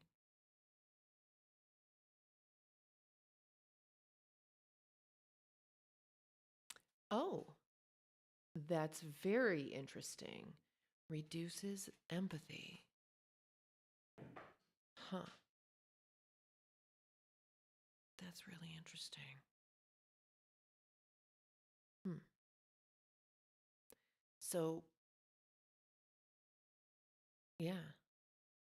So that feeling of empathy is related to the feeling of rejection. Yeah, she's cool. She is really cool too. I am not mad at her for doing it. I'm like, go girl. Go girl. I don't know if I could do those. I'd have to do them late at night when I know my mom's not going to come on. You know, I mean, she wasn't doing anything gross. She was just being silly. She was being really girly. And people were saying, can we see them? You know, show us. Ooh, those are some big melons. You know, like all the chat was like that. There was lots of girls on like that last night. And then it was funny. There was this dude, some autistic dude, probably in his 30s or 40s. And he was just talking whatever, you know, it was like an in real life kind of chat thing. And then he wasn't, he was talking about nothing, and he's no one that I found interesting in any way. But I flipped back through and I saw him later, like an hour later, and it's his live stream. He's like literally asleep in bed. And no one's watching. It's not like, oh, wow, he's going to get. Nobody wants to watch a dude sleeping under covers. I'm not sure why he kept that live going, though. That was kind of interesting. Sometimes I think these people, like I saw an old lady sleeping one time, and it was pretty close up in her face, the camera. And I'm like, I wonder if she's doing that just so like her family can monitor her. You know? Is she really just doing this to try to get like watch hours? Because you know, it seems like maybe it would be easier just to pull up your YouTube live and open that up if you need to be monitored. I don't know. You know, I'm learning about these different platforms like, you know, Twitch and stuff like that. Like I was saying, it's these other creators, they'll live stream to all of their different platforms at once. And I'm like, oh my God, it's like 20 different platforms. And my son did pull up for me the Restream is a platform where you plug in all of your live streams, I guess, and then broadcast from that one place, and it sends it out. It broadcasts to all your lives. That's an executive function issue for me, because when I look at it, it's like, it looks like spaghetti to me. I'm like, I don't know what to do first. I don't know where to start. I don't know. Short circuit. But I think I'm going to have to.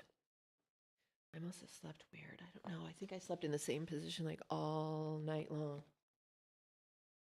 Oh, God. I'm going to show you my kitty. She's so cute. Can I move this a little bit? Oh, wait. I can't see what you guys are looking at. 1 second. Bink.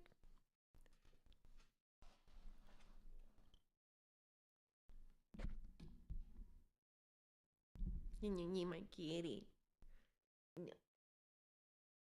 She's so cute. I don't know if you guys have really ever met her too much. This is other kitty.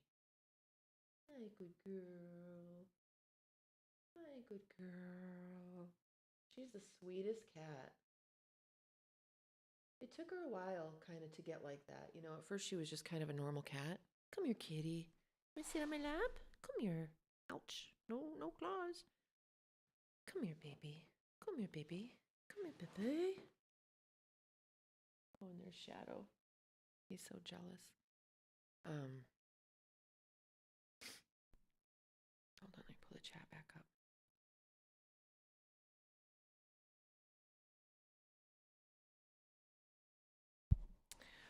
Oh, really? Yeah, see, Twitch, I'm just so new there. They've got all kinds of things you do, like different, I don't know, whatever, like rewards, awards, I don't know, for viewers and stuff like that. I have no idea. It is kind of interesting though, because this one girl was streaming and she was able to actually speak to her people, like you could hear them talking. I was like, well, that's kind of cool. I think my favorite thing on Twitch was though the acoustic artists, the singers who were playing. And there was this one Japanese girl. Um, she was like, I'll sing you to sleep. And she's got an electric guitar and she's singing really quiet and soft and pretty. And even when she's talking to her chat, she's like, oh, thank you. oh, thank you so much. And then she'd play a song, whatever, like current popular songs. It was very cute.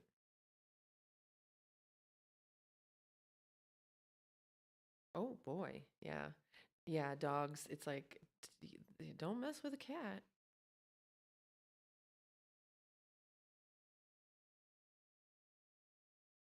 Oh, that's so cute. She's a good girl. I wasn't, I mean, there was a large chunk of my life where I wasn't really a cat person, um, because I was very, very allergic to them, and I still have to be really careful to not touch my eyes after I pet her. But I would, like back in the day, I would have sneezed a lot, but, and gotten really allergic. Um, but I used to call cats shark bait, and people would get really mad at me. It's a joke, you fuckers. Cat bait. What's up, Garrick77? How you doing?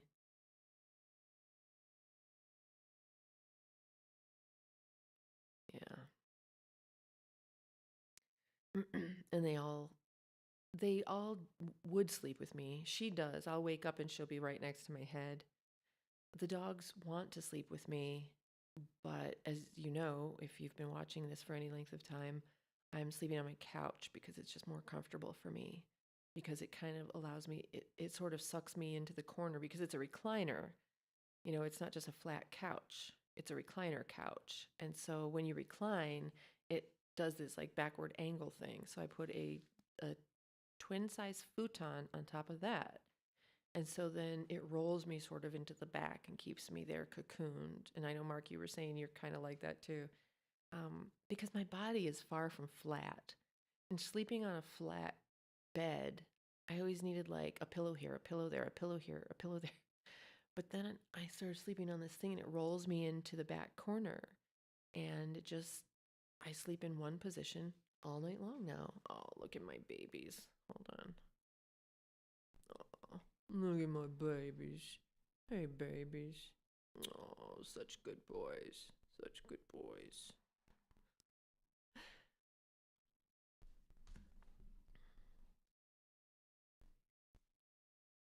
You're a good girl. Yeah. Oh, wait.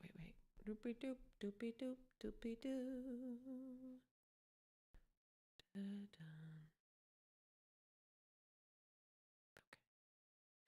Garrig, do you want to see the feel wheel? There's the feeling wheel. We started this chat with the feeling wheel. Um, People on the spectrum often have a very hard time understanding what they are feeling, whether it's emotional or physical.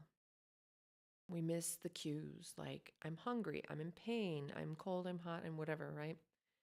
Um, but then these are the feelers, and we have a really hard time figuring out like what we're labeling our feelings, understanding our feelings, and expressing our feelings in the kind of like the right way.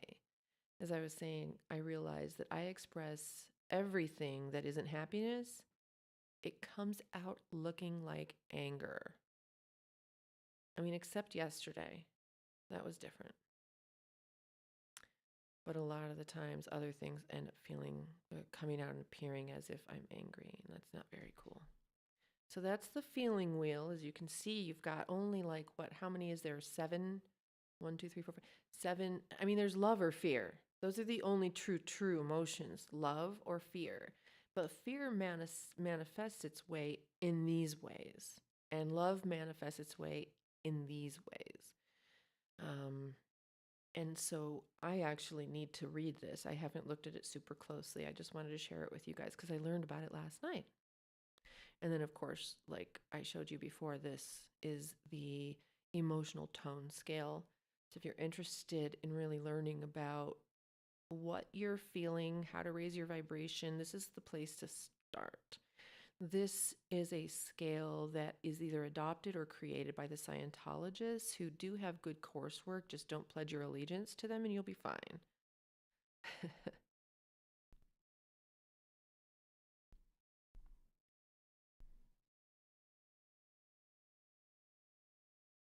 Yeah. If the coffin was on a tilt just a little bit, though, you know, it's nice when you're kind of sucked into the corner. I like that. Casket, coffin, yeah. I want to know more about this. Like, what is it actually? So, when I was studying psychology in school, in college, um, in my abnormal psychology class, we got into dysfunction. So, one of the examples was, okay, let's say a husband and wife, right? And the husband likes to sleep in the basement in a coffin. Now, maybe he keeps it a secret and sneaks down there after she's already asleep, right? Then he's hiding it, and it's kind of a dysfunction then. Let's say that she knows that he does it and she can't stand it, and it's a problem. That's a dysfunction. Let's say he does it, she knows it, and she doesn't care. Then it's not a dysfunction, unless it bothers him. If he's like, yeah, but I still feel like a weirdo, I feel like a creep, then it's your own dysfunction, but it's not a problem in your marriage, right? So a dysfunction is something that keeps you from feeling happy and living life to your fullest. But if she doesn't mind if you sleep in a coffin, then it's not a dysfunction in your marriage or your relationship. Yes, exactly, right? I don't know whoever invented sleeping on flat beds. I think, even when we were cave people, we would make a nest that would cradle us. I think that's what it is. We want to feel cradled. Yeah, swaddled and cradled. Do you guys do the whole pterodactyl arm things or the T-Rex arms? That's what it is. It's T-Rex arms when you sleep. My understanding is that's a neurodivergent thing. But when I curl up in fetal position, I'm like, this is the position that I was in before I came out.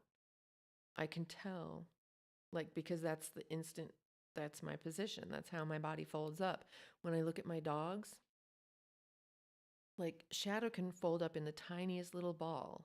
I'm like, that's how he was in his mama's belly. The tiniest little, most comfortable fetal position you can get in is the position you were in when you were in your mama's belly. Sure of it.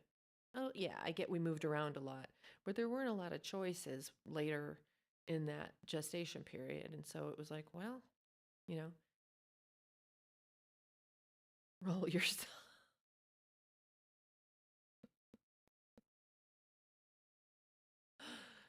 Yeah, yeah, I do too. So after the fetal position, then I stretch my legs out and kind of roll back and forth, back and forth, back and forth so that I'm like tucked in. And then I lift my feet up so the blankets go, I lift my feet up so the blankets go under my feet too. And then it has to go around me, but I like it over my ears and over my nose, but enough so that I can still breathe. I can never have my face covered. I have to have fresh air. So put it over my ears and over my face and then make a tiny little hole to breathe.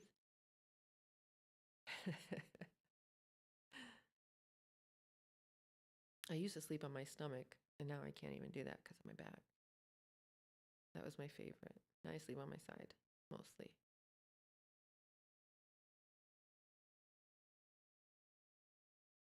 It seems like there needs to be like a bed revolution, you know? Seems like we need to invent a better bed that's not just a flat bed, you know? Because the only choice you have right now is hard or soft. But if you want to feel cradled and swaddled, so funny, roll up like a joint.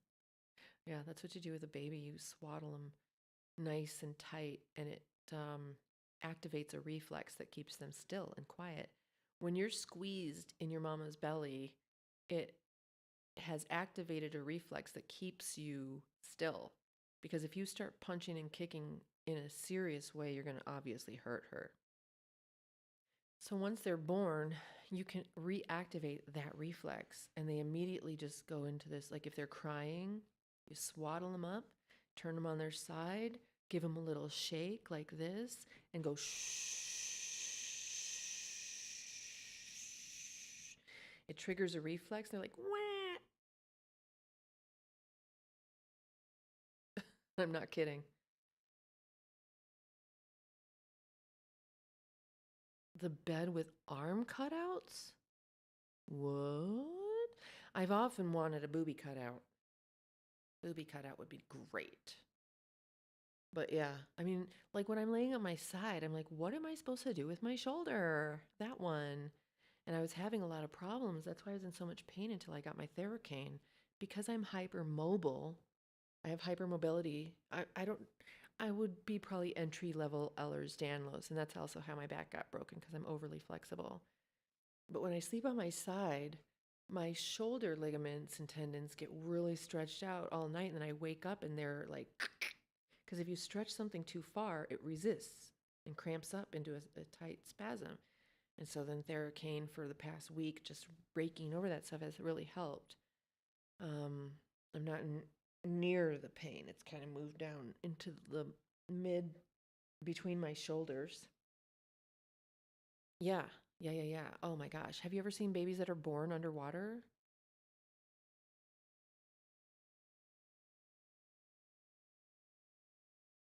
Yeah, tummy sleepers. Yeah. So you're saying the beds with arm cutouts are for side sleepers? So babies born underwater, it's really interesting. Um,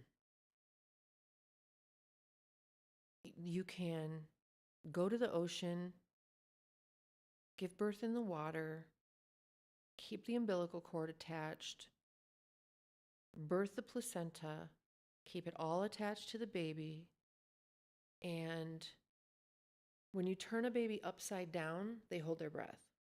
So you turn the infant upside down and take them under the water, they naturally hold their breath. The other way to do it is you blow and they go, and then you dunk them underwater. I mean, they have to trust you. You have to do it in a way that's very trusting. Obviously don't traumatize them. I taught Corey to swim as an infant. Yes. So then you wrap the baby up. You keep the umbilical cord and the placenta attached because there's still nutrients coming into the baby. They cut it off right away, and it's like, that's not cool. You're supposed to get that nutrients. And then when the umbilical cord naturally falls away, the placenta and the umbilical cord are attached and they fall away and you're done. It's supposed to stay attached to the baby until it falls off. We cut it because the medical industry is stupid in that way. They treat childbirth like an emergency. It's not an emergency. A corpse will give birth. A corpse will eject a baby. Do you remember Lacey Peterson? Her husband, Scott Peterson, was accused of killing her, and she was pregnant. When they found her, her body had ejected the baby. Sad. He's in the news again. He was trying to do something. They found maybe new evidence, or they wanted a new DNA test or something like that. I don't really know. I think it was rejected. They're like, yeah, no, dude. No, dude. Yeah. Yeah. When it's done in nature, it is. So when I had Corey, I really wanted to have a natural childbirth in the hospital. Psh, right. They don't do that. And I wasn't aware that I was giving birth in the hospital, Cedars-Sinai Hospital in Los Angeles, Beverly Hills. I was giving birth in the hospital that has the highest rate of emergency C-sections in the country, if not the world. And my particular OB-GYN was the head of the obstetrics department because she was the one that could crank out those C-sections. That's money. So that sucked. I mean, I had a concept. I wanted to have a natural childbirth. After he was born, I realized, well, that was really just for me. It doesn't matter to him. He's healthy and wonderful. I do think there are important things that happen to a baby when they're born naturally that need to happen. He didn't get that. Okay. Joey was born at home. I did enough research. I was confident enough in myself. It was 6 years later. I had a C-section, but was double stitched. If you're single stitched, you should not try to have a VBAC, which is vag after C section. But I was double stitched, and so you can do it after that. So I had him at home.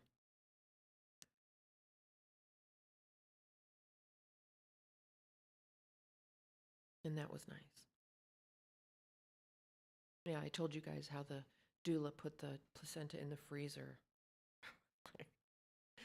I don't know if you guys want to eat this or make supplements or whatever. I get it. I know people do that. If I was raised in a different culture, it would be totally normal. No thanks.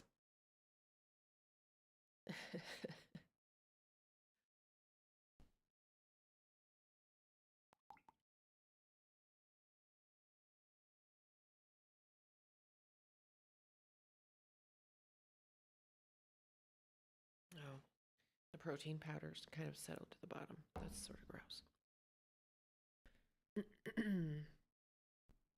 Yeah, interesting.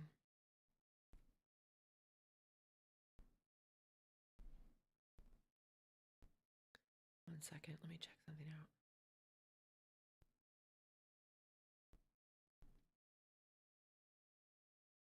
That's weird. I was just looking at my YouTube. Hold on. I was also on a live yesterday, and it was very clever because the guy had topics, and he talked about a topic for maybe like 10, 15 minutes. And he would be like, well, thank you so much for joining us. And remember to like and subscribe. And I'll see you guys later. He's like, that was just for the video, you guys. Just, like he was making content during the live and chopping it up into different videos. And I thought that was great. I'm like, okay, that makes sense. I'm going to have to do that because I'm not really producing long form videos at this point. I think the last long form video I produced was the autistic versus predator, maybe. And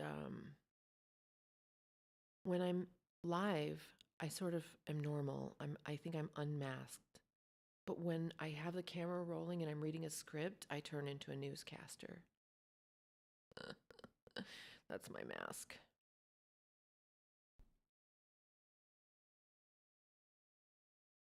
That's exactly right. So with Corey, when I was in the hospital, I wanted to be on my hands and knees. And I would rock back and forth and sit back on my heels with my head down. And then during a contraction, I was able to like rock back and forth. And that felt the best to me. And they, after a while, they're like, let's get her on the table on her back. Uh-oh, he's in distress. Well, yeah, because I'm on my back. It was awful. I really felt they took my power away from me. And she made me scared. She was like, I don't want him not to lose one single IQ point. The baby's showing signs of distress during every contraction. And I'm like, go ahead, do it. It was very manipulative. But then I watched Ricky Lake's The Business of Being Born. I was like, I knew it, but I needed more information. I needed to know how to deal with a situation like that and how to feel more confident. With Corey, I was only in labor for 8 hours before they gave me an emergency C-section. He's not progressing. With Joey, I was in labor for 30 hours before he came out, and he's fine. Maybe he lost one IQ point. I'm a Gen Xer. Have you seen my video? We lost on average 5 IQ points. My mom always used to joke that her IQ is higher than mine by a couple points. I'm like, yeah, but you're not supposed to play with mercury when you're little.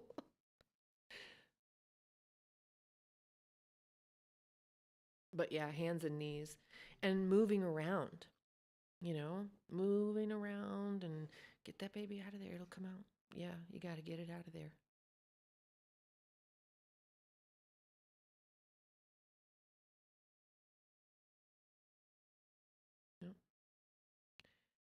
Yep. Yep, hands and knees. That's what was most comfortable for me, and that's actually how I gave birth to Joey, was literally hands and knees. Oh my God, and that last final thing, if you've ever actually watched a woman give birth, there's that one last final scream. That's when the baby's coming out. And in that split second moment, that scream, I think that's the scream people scream when they're about to die, like right before their death, right? I think that's like kind of the feeling you have, is like you're dying. And then there's a baby and you don't die and you're like, "Oh my God." Yeah. And it should be. We relinquish our power. They don't force us. It's all by choice for the most part. I mean, I've heard of moms who wanted to have natural births and rejecting a C-section or something like that, being having their babies taken away from them at the hospital or something like that, where, you know. But I wanted to have Joey outside at the park. I mean, I didn't really, but I'm like, I really did. My natural self wanted to go outside in nature and have that baby. Um, but yeah, the pendulum swings, you know. Hopefully the pendulum will start swinging back towards a more natural lifestyle in general for society. There have been hints that I've seen, people hinting at like psychics, you know. I don't put a lot of stock in what they say, but because our elections are like so short term away from right now, it's going to be easy to see whether or not those psychics were right. But anyway, so I've heard some people talking about how after this election, this will be the last two-party election, and there's going to be a major change, and people are going to start, like, suddenly going to start living more in cooperation with each other, more in harmony with nature, kind of like homesteading. And I'm like, well, that kind of sounds like something happens, like the grid goes down or something like that. Because why would we just spontaneously do that? We wouldn't. There would have to be a catalyst. So I don't know.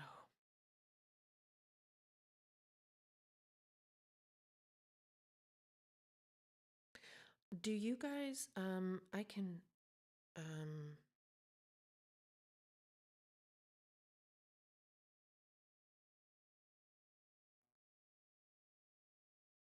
do you guys, I can do a live with Sherry. She's asking if I need to do a live with her.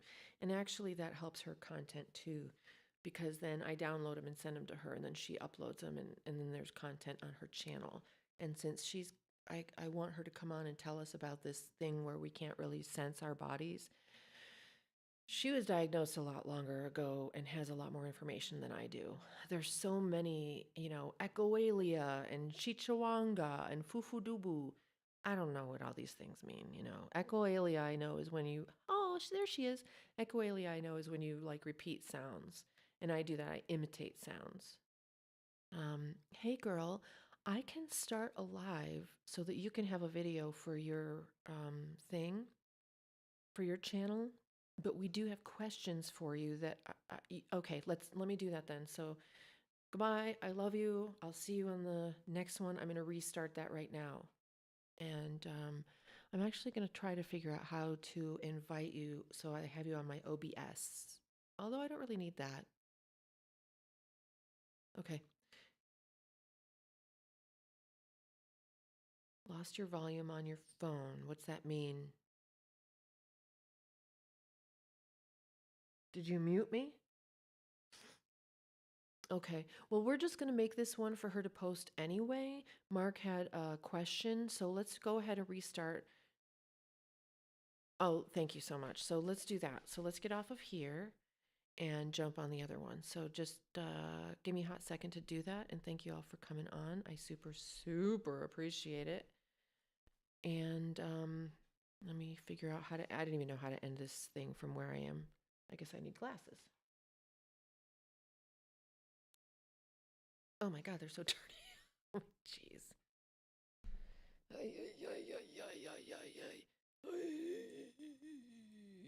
It froze. Okay. Hold on, shadowy. Bye. Bye. Bye. Bye. Let me get rid of the stop streaming. Bye-bye.